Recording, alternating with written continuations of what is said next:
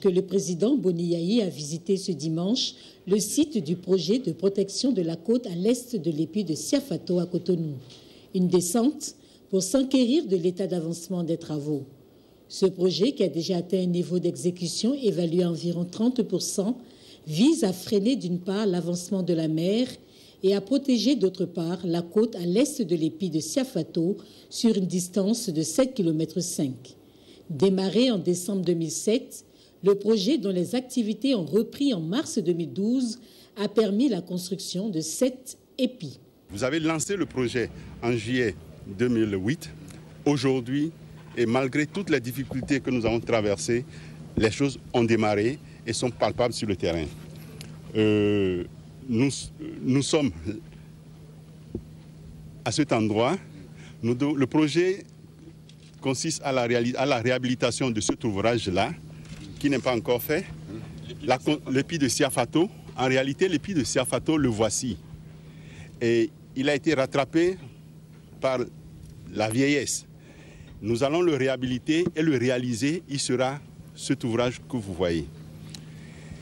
Nous avons au total 8 ouvrages à réaliser à intervalles réguliers à peu près de 1,5 km.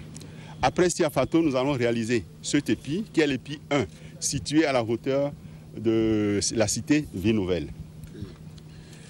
Il y aura au niveau de Toplegbe l'épi numéro 2. Un peu plus loin, l'épi numéro 3. Au niveau du champ de tir, devenu aujourd'hui cité Sensad, il y aura l'épi numéro 4. Derrière la zone des parcs auto, l'épi numéro 5. Au niveau de PK10, l'épi numéro 6. Et à la hauteur du poste de péage, l'épi numéro 7. Où est-ce que nous en sommes aujourd'hui? Nous avons complètement réalisé l'épi numéro 5 qui est terminé, achevé. L'épi numéro 6 aussi est achevé. Le vendredi, l'équipe de gestion du projet est allée constater l'achèvement de l'épi numéro 2. Et nous avions fait quelques observations qui ont été levées dans la journée d'hier et le PV de constat d'achèvement de cet épi sera signé dans la journée de demain, lundi. Nous avons l'épi numéro 7 qui a aussi démarré. Le dernier ouvrage qui a démarré et par la construction de la racine et le stockage des enrochements. Après cela, il y a au niveau du centre d'entreposage toute la quantité d'enrochement indispensable pour réaliser l'épi numéro 3. Donc sur le terrain, au niveau des carrières, les travaux de production continuent. Le transport se fait. C'est vrai, on a eu quelques difficultés parce qu'il ne faut pas réaliser un projet pour aller détruire un autre. La voie qui passe par Pédéport, nous l'avons déviée. Et désormais, malgré l'état de la voie par Sehoué, c'est par là que fondamentalement le transport s'achemine. Donc le projet, c'est aller prélever les roches, les charger, les transporter, guetter la période favorable de réalisation des travaux maritimes pour les poser à la mer suivant une technologie donnée.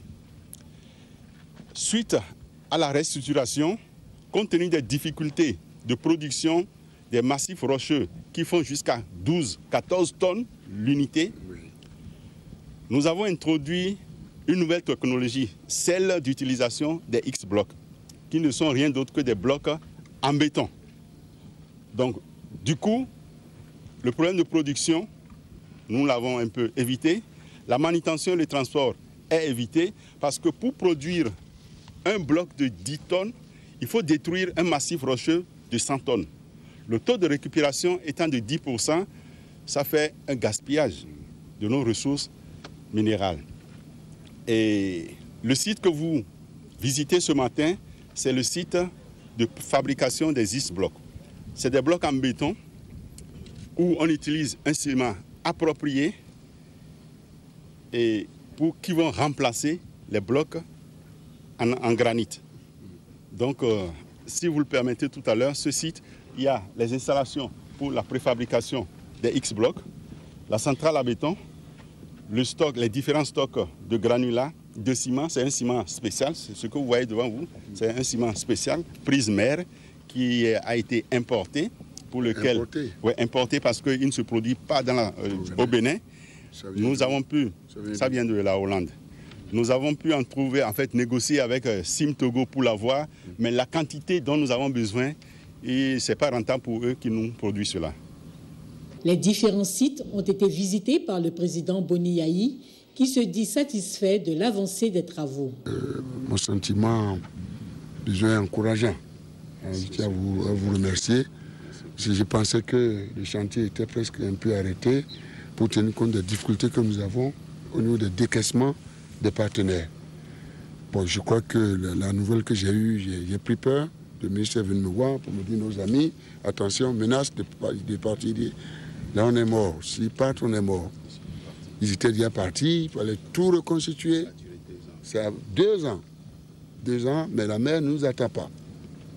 Il va falloir que, je dis au-delà de ça, ce projet-là, qu'on aille au-delà.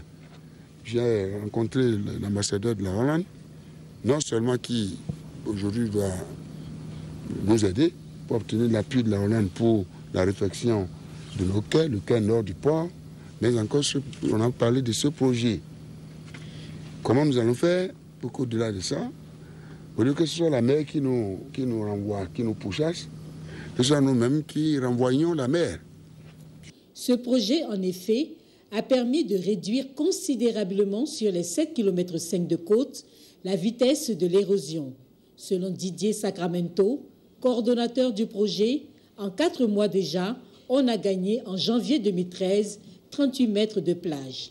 Nous avons achevé cet ouvrage, nous l'avons démarré en septembre, nous l'avons livré.